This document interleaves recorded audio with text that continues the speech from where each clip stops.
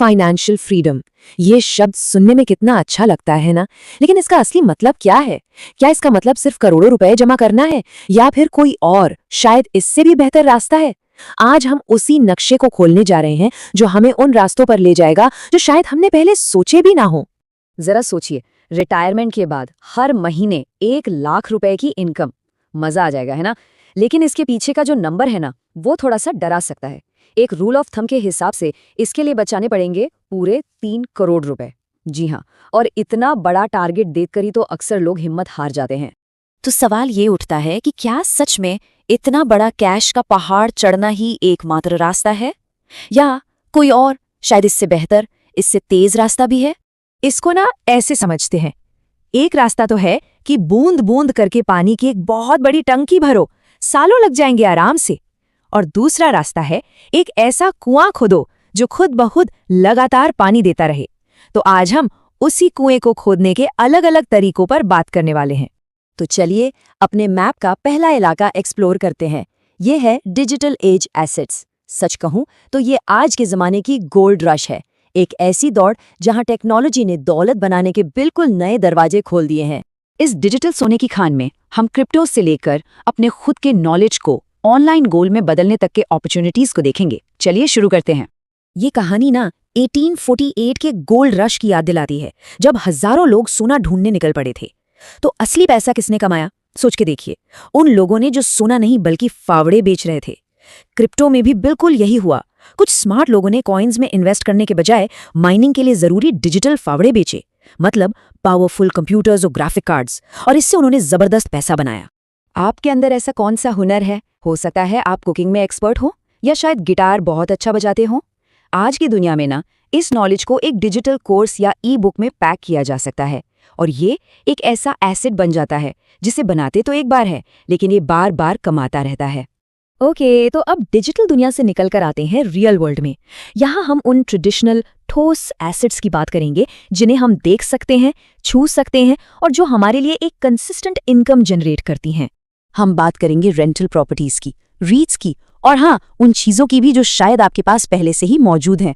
एक ऐसी कहानी है एक आदमी की जिसने एक सिंपल सा रूल बनाया, हर साल एक छोटी सी रेंटल प्रॉपर्टी खरीदनी है।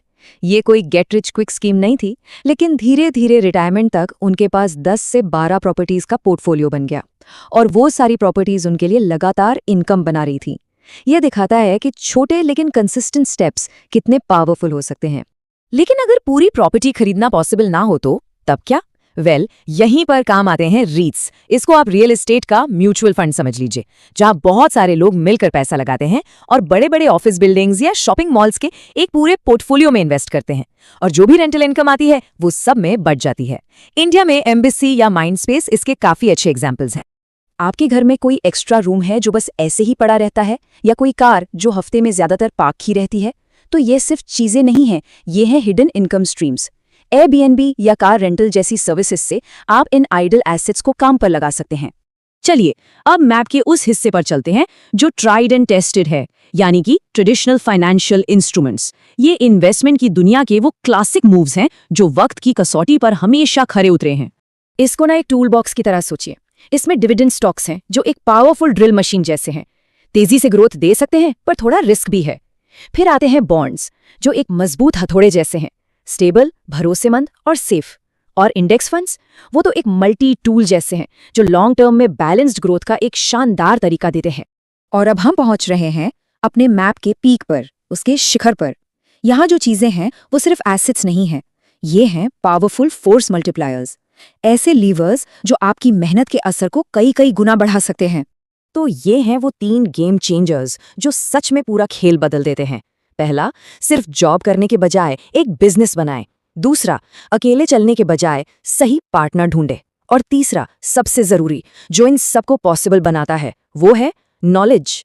क्या आपको लगता है कि एक सक्सेसफुल बिजनेस हमेशा ग्लैमरस होना चाहिए? एक बार फिर सोचिए, क्रेड और फ्रीचार्ज के फाउंडर कुणाल शाह इनको बनाने से पहले क्या करते थे? वो एक बोरिंग सा बीपीओ चलाते थे। लेसन क्या है? बिजनेस के ग्लैमर से फर्क नहीं पड़ता, असली चीज है वैल्यू क्रिएट करना। कोई बिजनेस फेल क्यों होता है? अक्सर बिजनेस आइडिया बुरा नहीं होता, रिश्ते बुरे निकलते हैं। जैसे ही मुश्किल वक्त आता है, फाउंडर्स के बीच का बॉन्ड टूट जाता है। हमेशा याद रखिए, क्या बिजनेस करना है उससे कहीं ज्यादा जरूरी है किसके साथ बिजनेस करना है। और आखिर में आते हैं हम सबसे जरूरी एसेट पर, नॉलेज, यानी कि ज्ञान। ये वो नींव है, वो फाउंडेशन है जिस पर बाकी सब कुछ टिकता है। इन सारे आइडियाज को एग्जीक्यूट करने के लिए जो एक मेटा स्किल चाहिए ना, वो नॉलेज ही है। महान इन्वेस्टर वॉरेन बफेट ने एक बार कहा था, सबसे इंपॉर्टेंट इन्वेस्टमेंट जो आप कर सकते हैं वो है खुद में, क्योंकि आखिर में बाकी सारे एसेट्स, चाहे वो स्टॉक्स हों, रियल एस्टेट हो या बिजनेस हो, ये सभी आपके दिमाग के अंदर के एसेट्स से ही पॉसिबल हो पाते हैं। तो ये रहा पूरा मैप। इसमें डिजिटल शॉर्टकट्स भी हैं, ठोस हाईवेज भी हैं और पावरफुल मल्टीप्लायर्स भी। अब सवाल ये नहीं है कि कौन सा रास्ता बेस्ट है, सवाल ये है कि आपकी जर्नी कहाँ से शुरू होगी।